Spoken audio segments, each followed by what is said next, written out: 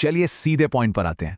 आज हम the psychology of money के चैप्टर 14 का एक डीप डाइव एक्सप्लेनर कर रहे हैं। इसमें एक बहुत ही कमाल का कॉन्सेप्ट है। आपने कभी सोचा है कि हमारे लॉन्ग टर्म फाइनेंशियल प्लान्स आगे जाकर फेल क्यों हो जाते हैं? मतलब हम इतनी मेहनत से प्लान बनाते हैं, फिर भी वो टूट जाते हैं। इसकी वजह बहुत ही प्रैक्टिकल है। हम आज जो है ना, वक्त के साथ साथ हम वैसे नहीं रहते, हम बदल जाते हैं। एक मिनट के लिए सोचिए, क्या हो अगर जो इंसान आप आज हैं वो कल बिल्कुल अलग हो? ये ह्यूमन नेचर का एक ऐसा हिस्सा है जिसे हम अक्सर कंप्लीटली इग्नोर कर देते हैं। जैसे जैसे हमारी उम्र बढ़ती है ना, हमारी आइडेंटिटी, हमारी पसंद और हमारी ज़रूरतें लगातार इवॉल्व होती हैं। हम आगे बढ़ते हैं, नई चीज़ें देखते हैं और हमारा पूरा नज़रिया ही बदल जाता है। तो लॉजिकली देखा जाए तो ये मानना कि आज का मैं और 20 साल बाद का मैं बिल्कुल सेम सोचेंगे, थोड़ा अजीब लगता है ना? तो फिर एक बहुत बड़ा सवाल उठता है, अगर सब कुछ बदलना ही है तो लोग अपने पूरे जीवन के लाइफ लॉन्ग फाइनेंशियल प्लान्स इस तरह क्यों बनाते हैं जैसे उनकी लाइफ में कभी कुछ चेंज ही नहीं होगा? ये एक बहुत ही कॉमन मिथ बन गया है कि एक परफेक्ट, बिल्कुल पत्थर पर लिखी हुई लॉन्ग टर्म प्लानिंग ही फाइनेंशियल सक्सेस की आखिरी चाबी है। हम बैठकर अगले 30 साल की स्प्रेडशीट्स बना लेते हैं, ये सोचे बिना कि 30 साल बाद हमारे डिजायर्स बिल्कुल ही अलग होने वाली हैं। यही हमें हमारे पहले पॉइंट पर लाता है। Part 1, the life long plan illusion, एक आजीवन प्लान का भ्रम। अब ये लाइफ लॉन्ग प्लान इल्यूजन दरअसल क्या है? ये एक ऐसी गलतफहमी है जहां हम मान लेते हैं कि हमारा फ्यूचर सेल्फ बिल्कुल वही चाहेगा जो हम आज चाहते हैं। होता क्या है कि लोग अपने एक टेम्परेरी माइंडसेट को बेस बनाकर बहुत ही रिजिड प्लान्स बना लेते हैं। ऐसे प्लान्स जिसमें बदलाव की बिल्कुल कोई जगह ही नहीं होती।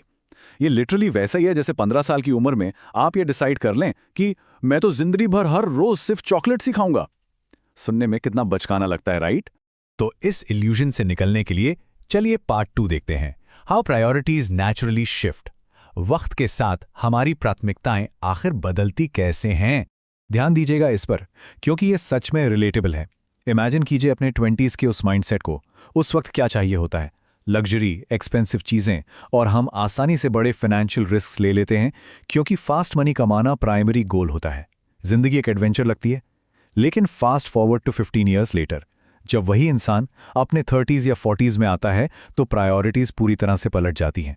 अब फास्ट कार्स नहीं चाहिए, अब चाहिए फैमिली की स्टेबिलिटी, सिक्योरिटी और पीस ऑफ माइंड। रात को सुकून की नींद अचानक दुनिया के किसी भी एडवेंचर से कहीं ज्यादा कीमती लगने लगती है। तो सबसे बड़ा टेकअवे यहाँ ये है, जब माइंडसेट बदलता है तो स्ट्रिक्ट रिजिड प्लान्स ऑटोमेटिकली टूट जाते हैं। क्योंकि देखिए, हमारे गोल्स, डिजायर्स और रिस्क लेने की जो कैपेसिटी है वो वक्त के साथ नेचुरली इवॉल्व होगी ही होगी।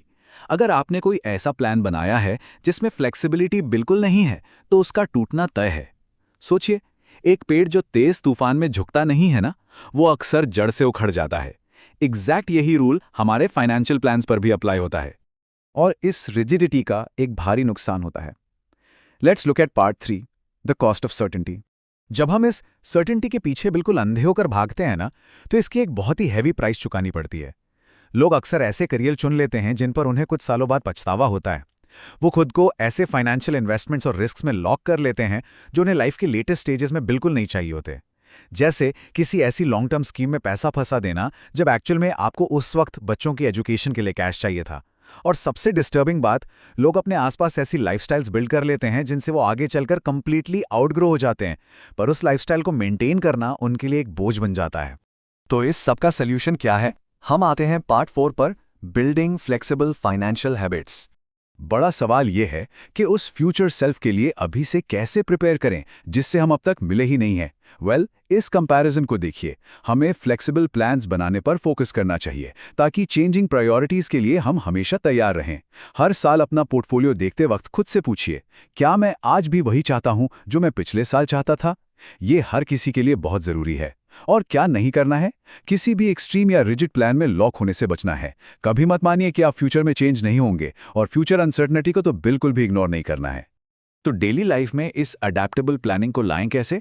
इसके 3 सिंपल स्टेप्स हैं। नंबर 1, एक्सट्रीम कमिटमेंट्स को अवॉइड कीजिए। ऐसे फाइनेंशियल फैसले लेने से बचिए जहां से बैकआउट करने का कोई ऑप्शन ही ना बचे। नंबर 2, टेम्पररी डिजायर से ज्यादा लॉन्ग टर्म हैप्पीनेस को प्रायोरिटी दीजिए। एक सवाल कीजिए खुद से, जो चीज आज इतनी एक्साइटिंग लग रही है, क्या वो सच में 10 साल बाद खुशी देगी? और नंबर 3, जो एक्चुअली सबसे अहम है, जैसे जैसे लाइफ बदलती है वैसे वैसे अपने प्लान्स को अडेप्ट करना सीखिए।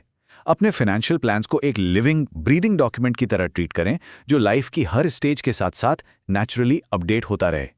एक बहुत ही ब्रिलियंट लाइन है इसमें, long term success perfect planning से नहीं आती बल्कि अडेप्टेबिलिटी से आती है। ये इनसाइट लिटरली इस पूरे विश्लेषण की जान है। ये क्लियरली बताता है कि एब्सोल्यूट सर्टेनिटी ढूंढने के बजाय अगर हम फ्लेक्सिबिलिटी पर फोकस करें तो वो वेल्थ बिल्ड करने का कहीं ज्यादा रिलायबल और प्रैक्टिकल टूल है। जो इंसान जितनी जल्दी नई सिचुएशंस के हिसाब से खुद को ढाल लेता है वही लॉन्ग टर्म में एक्चुअली सक्सेसफुल होता है। तो इस एक्सप्लेनर को हम इस आखिरी और बहुत ही प्रोवोकेटिव थॉट के साथ रैप अप करते हैं। एक बार ध्यान से सोचिए, क्या आपके करंट फाइनेंशियल प्लान्स जो भी आपने आज बनाए हैं वो आज के इंसान के लिए हैं या उस इंसान के लिए जो आने वाले कल में बनने वाला है? अपनी वेल्थ और अपने फ्यूचर को ऐसे डिजाइन कीजिए जहां ग्रो करने और चेंज होने की आज़ादी हो। अपने आने वाले कल को फ्लेक्सिबिलिटी का एक तोहफा दीजिए, ताकि जब आगे चलकर आपका नजरिया बदले तो आपकी खुद की प्लानिंग आपके रास्ते की रुकावट ना बने बल्कि हमेशा आपका साथ दे। सोचकर देखिएगा।